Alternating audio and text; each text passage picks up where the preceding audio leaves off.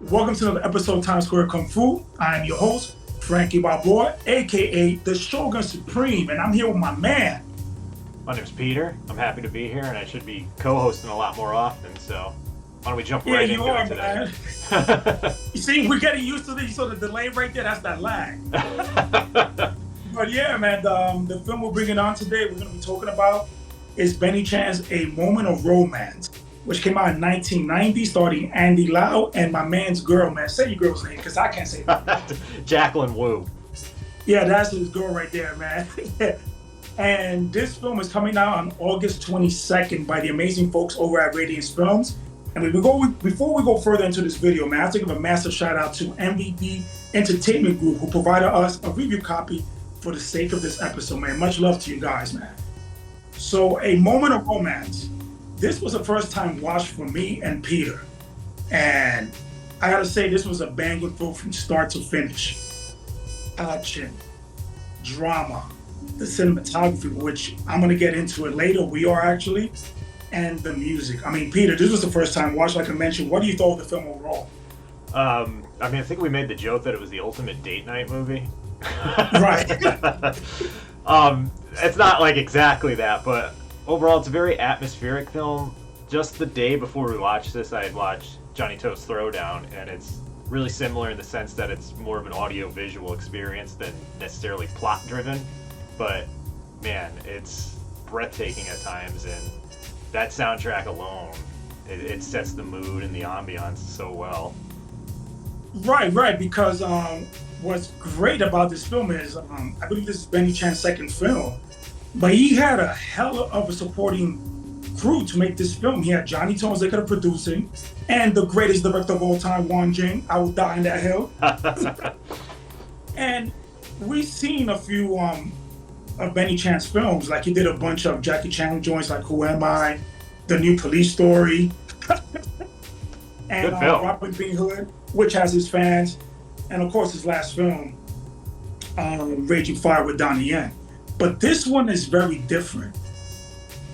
Like you mentioned, the music and just the tone of the film. And it's something you mentioned while we were watching this film. It's the color, the way it looks. And it reminded you of a certain director, I remember you mentioned, that we both agreed on. And surprisingly, you pointed it out, it was in the included booklet of the Radiance film release, but to me, it really captured the essence of As Tears Go By. It almost seemed like a spiritual sequel in a way. Right, because like in the book, like I'm gonna get into details later, like who wrote the book and all that. It mentions that, and when you look at this film, we don't know what to expect, because the star of this film is a straight like a car meetup, something like Mad Max type of stunt levels. Like, yeah, I was a little. We're looking like it was a romantic film. Yeah, I even said like so much for the romance, whatever, but it does actually happen later on. Yeah, because they have, what was it, like, they have these cars going around, this car meet, and they have these girls on top of these cars. And we were like, what's happening here? And you have like some great stunt work in this film, because that's how the film starts. And then from there, it progresses forward, and then you realize that Andy Lau's character that plays華Dee, if I got that right? Yeah,華Dee, and he's like a pretty boy GQ gangster who's nice on the motorcycles and whips, and with him and his crew, they go do a bank heist. And when they do this bank heist, me and you were like, is some heat thing gonna happen here? He gets into a car chase. This is a wild car chase. We were like, yo, they're undercranked the hell out of this. Yeah, it looks definitely. It looks very similar to those 1970 Italian crime thrillers. And you see some amazing stunt work happening, which was done by Bruce Law. And if anybody knows who Bruce Law is, he's an amazing, legendary stunt guy, man. Like, he did the bike landing in Police Story 3. Michelle, you didn't do the whole thing. Bruce Law did the landing. Let's get that over. I could Google that. Everything is there. But yeah, then while this bank heist is going on, escaping the cops, who he meets? Because I can't say her name. I'm not worried. He ends up meeting Jacqueline Wu and takes her hostage, sort of. But somehow they kind of develop a rapport together, and when he meets up with his crew later, they're like, "Oh man, you brought a witness, now we gotta execute her," and he's like, "Hell no." But what happens afterwards, which is an ongoing theme in this film? What happens afterwards? So surprisingly, I said to Frankie there, I was like, "Man, I gotta torch that freaking car." So he's like pouring gasoline the second I said it. I was like, "Oh, never mind. I guess he's taking care of it." And as they drive away, boom! This is the most Like amazing shot. Status. Yeah. But here's the great thing that happened, because it's Andy freaking Lau, the immortal Andy Lau. Of course, it's slow motion. Of course, it turns to a freaking music video. I'm like, wait a minute. They're playing the whole song. Yeah. It was like a good 4 minutes of music. The whole song. I was like, yeah. Now, the thing that surprised us, and we're gonna get into it right now, that made our jaws drop. You know where I'm going with this, bro. The action. Yeah, I mean, I should have expected it, and you know, we watch a lot of Hong Kong movies, so there really shouldn't be any surprises left. But it was still just like, oh my god, this is really like gritty and violent, and just damn. I mean, I was like, wait a minute, the action in this is brutal. And I'm talking about ECW brutal. It's almost reminded me of Hong Kong Godfather, 1985 one. Like, it was just straight bloodbath, and they were going for vital points.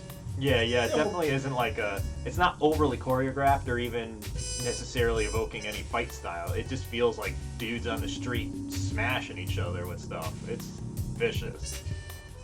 Yeah, and I looked at the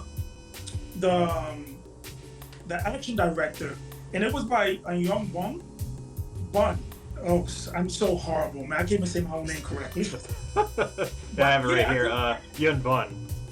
Yeah, I couldn't find any of his work per se, just like some acting gigs. And I say he was an actor in this film. I didn't recognize him, but the action, we kept getting surprised every time it appeared. Like, it kept bringing up the ante constantly in this film. Yeah. But going back to the story, for being a romantic type film, the pacing actually wasn't that bad at all. No. There was like maybe a little lull in the middle or not the middle, towards the beginning of Act 3, where they have to go back to the gangster stuff, and you know, it just doesn't matter as much as the romance between Andy Lau and Jacqueline Wu. But otherwise, like, it was a remarkably swift and expertly paced watch. Yeah, like, even the melodramatic stuff, because, oh my god, Andy Lau is so melodramatic. Get away from me. Why do you have to be? Why are you chasing me? I like... Lots of treating her like shit for a while.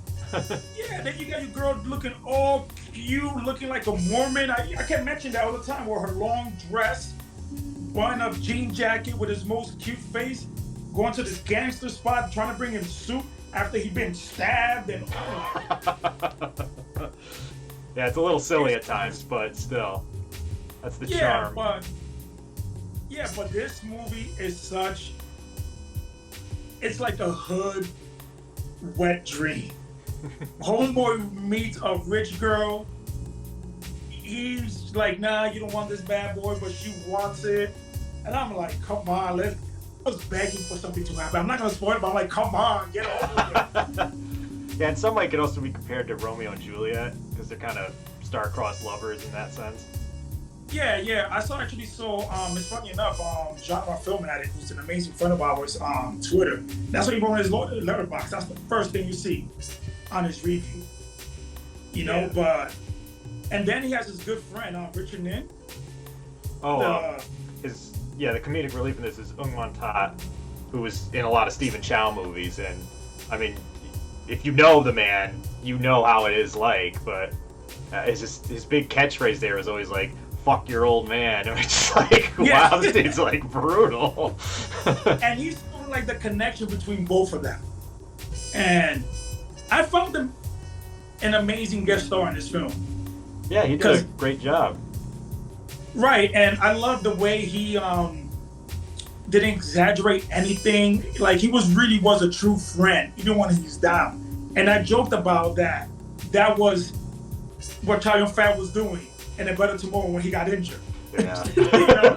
He went on the street, started cleaning cars, and Yeah, because he was pretty gangster. You know what I mean? In this film, if you think about it. But overall, man, I love this film. I mean, you loved it as well. yeah, I mean, there's a reason it's considered a classic of early '90s Hong Kong cinema, and it's just remarkable.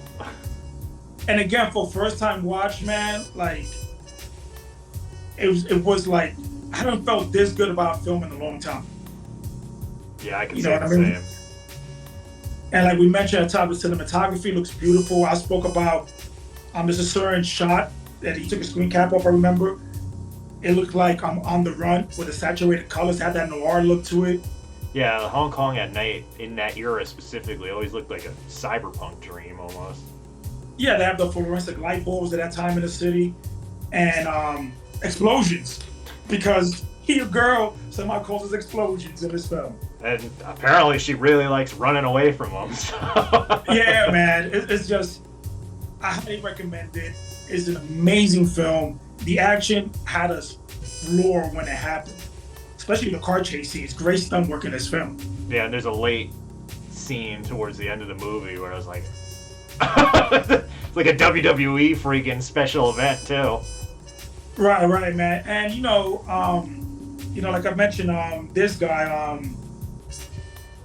what's his freaking name? The one who played trumpet, Tommy Wong, like, great villain. He always plays a good villain in these films. Yeah, you know what I mean? It was surprisingly just everything all around. It was a total package of a movie. But we spoke how amazing this film looks, the action, love the stories and the supporting cast, just the cast in general.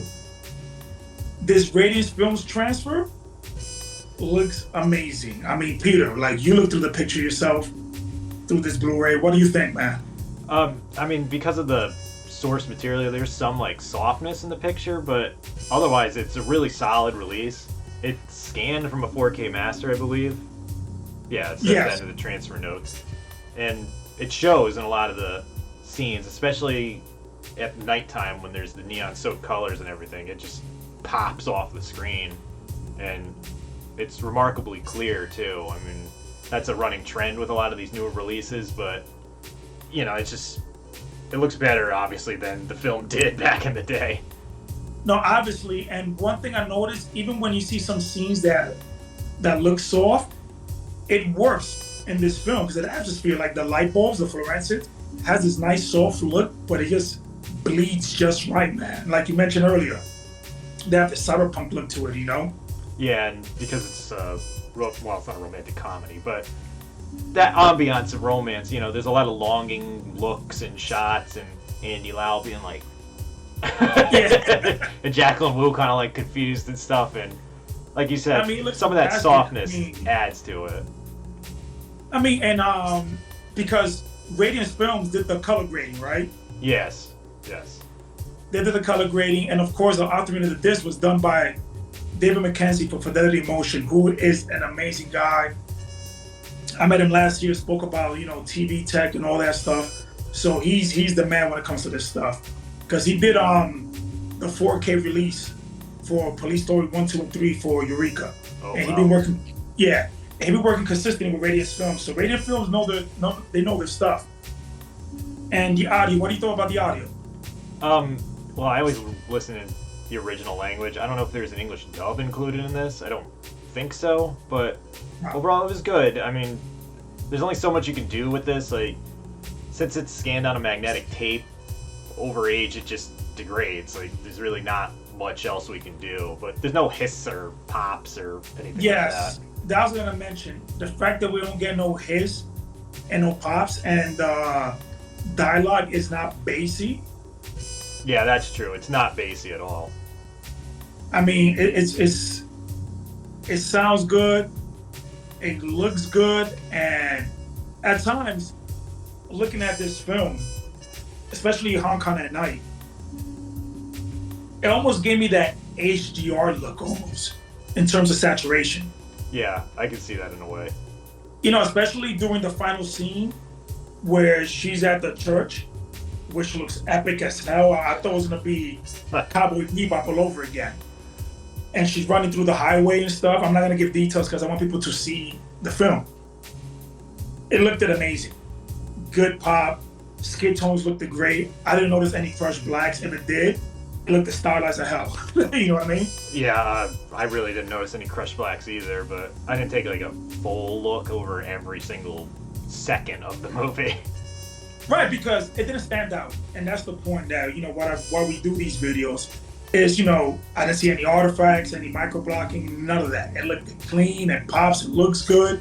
Amazing work by Radiant Films and Fidelity Emotion.